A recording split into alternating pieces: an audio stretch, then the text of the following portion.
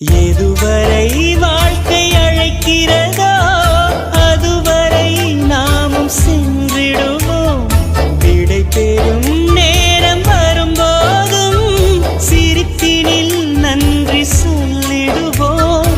பரவசம், இந்த பரவசம் எந்நாளும் நெஞ்சில் தீராமல் எங்கே வா